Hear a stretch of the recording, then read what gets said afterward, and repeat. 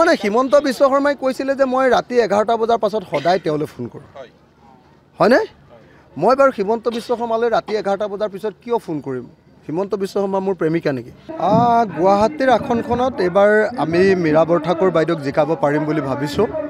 তাৰ কাৰণটো হ'ল গুৱাহাটীৰ মানুহ সাংঘাতিকভাৱে বিজেপি দলক লৈ অসন্তুষ্ট বিজেপি দলৰ যি মূল্য বৃদ্ধিৰ নীতি বস্তুৰ দাম যি ধৰণে বৃদ্ধি কৰিছে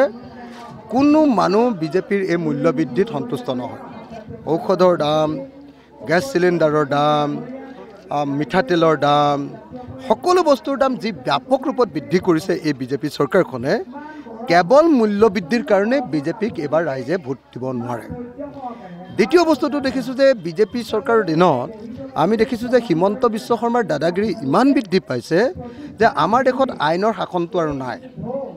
আমাৰ দেশৰ আইনৰ শাসনটো নাইকিয়া হৈ গ'ল এতিয়া হিমন্ত বিশ্ব শৰ্মাৰ কথাই আইন হিমন্ত বিশ্ব শৰ্মা নিজে যেন এটা মাফিয়াৰ লিডাৰ হিমন্ত বিশ্ব শৰ্মা নিজে এজন OCও নিজে SPও নিজে মেজিষ্ট্ৰেটো মন কৰিলে আমুকক ধৰি দিম আমুকক এৰি দিম এনেকৈ নিজে কৰিব পৰা হ'ল গতিকে গোটেই দেশৰ গণতান্ত্ৰিক ব্যৱস্থাটো হিমন্ত বিশ্ব শৰ্মা চৰকাৰৰ দিনত ভাগি ছিগি শেষ হৈ গৈছে গতিকে অসমৰ মানুহে এবাৰ সিদ্ধান্ত লৈছে যে বিজেপিৰ গুণ্ডাগিৰি হ্ৰাস কৰিবৰ কাৰণে এবাৰ আমি বিজেপিক পৰাজিত কৰিব লাগিব আৰু এবাৰ আমি বিৰোধী ঐক্য মঞ্চক জয়ী কৰাব লাগিব আমি মীৰা বৰঠাকুৰ বাইদেউক সকলোৱে মিলি একেলগতে 16টা বিৰোধী ৰাজনৈতিক দলে ঐক্যবদ্ধভাৱে এবাৰ আমি কেণ্ডিডেটছাৰ দিছোঁ এবাৰ মীৰা বৰঠাকুৰ বাইদেউ বিজুলী কলিতা মেধি নামৰ মানুহগৰাকীৰ বিৰুদ্ধে একমাত্ৰ শক্তিশালী কেণ্ডিডেট আৰু মই ভাবোঁ যে এইবাৰ মীৰা বাইদেউ জিকিবই কাৰণ মীৰা বাইদেউ এগৰাকী সক্ৰিয় মহিলা এগৰাকী সৰব মহিলা অত্যন্ত স্পষ্টবাদী মহিলা ইয়াৰ বিপৰীতে বিজুলী কলিতা মেধি নামৰ মহিলাগৰাকী কোনেও চিনি নাপায় তেওঁ নিমাতী কইনা তেওঁ মুখেৰে মাত নামাতে তেওঁ গছৰ মূঢ়া গতিকে তেওঁক কোনে ভোট দিব সেইকাৰণে মই ভাবোঁ যে গুৱাহাটীৰ নিচিনা ইমান সচেতন ৰাইজে বসবাস কৰা ইমান চাকৰিয়াল আছে ইমান ব্যৱসায়িক আছে ইমান শিক্ষিত লোক আছে ইমান বুদ্ধিজীৱী লোক আছে কোনো মানুহে কেতিয়াও এনেকুৱা মুখেৰে মাতিব নোৱাৰা বিজুলী কলিতা মেধিক কেতিয়াও ভোট নিদিয়ে মই ভাবোঁ যে গুৱাহাটীৰ কাৰণে উপযুক্ত মহিলা হ'ল মীৰা বৰঠাকুৰ বাইদেউ গতিকে মীৰা বৰঠাকুৰ বাইদেউক সকলোকে ভোট দিব বুলি মই আশা ব্যক্ত কৰিছোঁ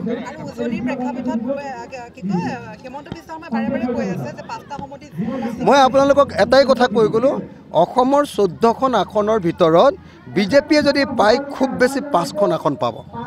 বাকী 9খন আসন আমি বিৰোধী ঐক্য মঞ্চই পাওঁ আপোনালোকে চাই থাকক মই কৈছোঁ এইবাৰ বিজেপিয়ে যদিও দম্ভ মাৰি আছে যে 14খনৰ ভিতৰত 14খনেই পাম কিন্তু এইবাৰ ৰাইজে বিজেপিৰ বিৰুদ্ধে গৈছে আৰু এইবাৰ বিৰোধী ঐক্য মঞ্চই নহয় কংগ্ৰেছে নহয় এইবাৰ ৰাইজে বিজেপিৰ বিৰুদ্ধে ইলেকশ্যন খেলিছে সেইকাৰণে এইবাৰ মই ভাবোঁ যে এইবাৰৰ নিৰ্বাচনত পাৱাৰ অফ কমন পিপল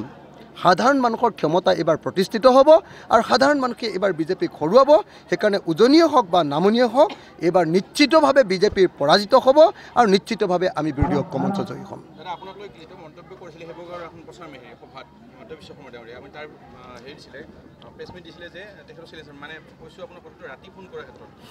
মানে হিমন্ত বিশ্ব শৰ্মাই কৈছিলে যে মই ৰাতি 11টা বজাৰ পাছত সদায় তেওঁলৈ ফোন কৰোঁ হয়নে মই বাৰু হিমন্ত বিশ্ব শৰ্মালৈ ৰাতি 11টা বজাৰ পিছত কিয় ফোন কৰিম হিমন্ত বিশ্ব শৰ্মা মোৰ প্ৰেমিকা নেকি যে ৰাতি 11টা বজাত সদায় মই তেওঁলৈ ফোন কৰিম হয়নে নহয় কওক মোৰ কি কাম আছে হিমন্ত বিশ্ব শৰ্মাৰ লগত হয়নে নহয় তো হিমন্ত বিশ্ব শৰ্মাক সেইকাৰণে মই চেলেঞ্জ কৰিছিলোঁ যদি মই ৰাতি 11টা বজাৰ পাছত সদায় তোমালৈ ফোন কৰোঁ তেতিয়াহ'লে ফোন কল ৰেকৰ্ডটো তুমি ৰাজহুৱা কৰি দিয়া তেতিয়াহ'লে মোৰ 2 নম্বৰী কথাটো ওলাই পৰিব কিন্তু আজিৰ দিনটোলৈকে 15-20 দিন হৈ গ'ল হিমন্ত বিশ্ব শৰ্মাই ফোন কল ৰেকৰ্ডটো এতিয়ালৈকে ৰাজহুৱা কৰিব পাৰিলে নে নোৱাৰিলে তেওঁ যে মিঠা কথা কৈছিলে তেওঁ যে মিথ্যাচাৰী তেওঁ যে মিছলীয়া তেওঁ যে 2 নম্বৰী আৰু অসমৰ যে আটাইতকৈ বদমাছ মানুহ সেই কথাটো অকল মোক কোৱা এই কথাটোৰ পৰা প্ৰমাণিত হ'লনে নাই বাৰু আপোনালোকে কওকচোন তেওঁ কৈছিলে যে ৰাতি 11টা বজাৰ পিছত মই ফোন কৰোঁ আৰে ৰাতি 11টা বজাৰ পিছত যদি ফোন কৰোঁ তুমি কল ৰেকৰ্ডটো দেখুৱাই দিলে হ'ল অসমৰ মানুহে বিশ্বাস কৰিব মই চেলেঞ্জ কৰিলোঁ এজন বিধায়কে এজন মুখ্যমন্ত্ৰীক চেলেঞ্জ কৰিলোঁ মই ক'লোঁ যে মই বিধায়কৰ পদ ত্যাগ কৰি দিম যদি আপুনি মোক প্ৰমাণ কৰি দিব পাৰে যে মই ৰাতি 11টা বজাৰ পাছত সদায় আপোনাক ফোন কৰোঁ আৰু যদি আপুনি প্ৰমাণ কৰিব নোৱাৰে আপুনি মুখ্যমন্ত্ৰীৰ পদ ত্যাগ কৰক বেচেৰাই ভয় খালে চবৰ লগতে পাংগা লয় মোৰ লগততো পাংগা ল'বলৈ তেওঁ সাহস নাই ভাই বিধানসভাতে নোৱাৰে ক'ত বাহিৰত পাৰিব গতিকে মই ভাবোঁ যে হিমন্ত বিশ্ব শৰ্মাই ভয় খালে আৰু মোৰ চেলেঞ্জ মোৰ প্ৰত্যাহ্বান গ্ৰহণ কৰিবলৈ সাহস নকৰিলে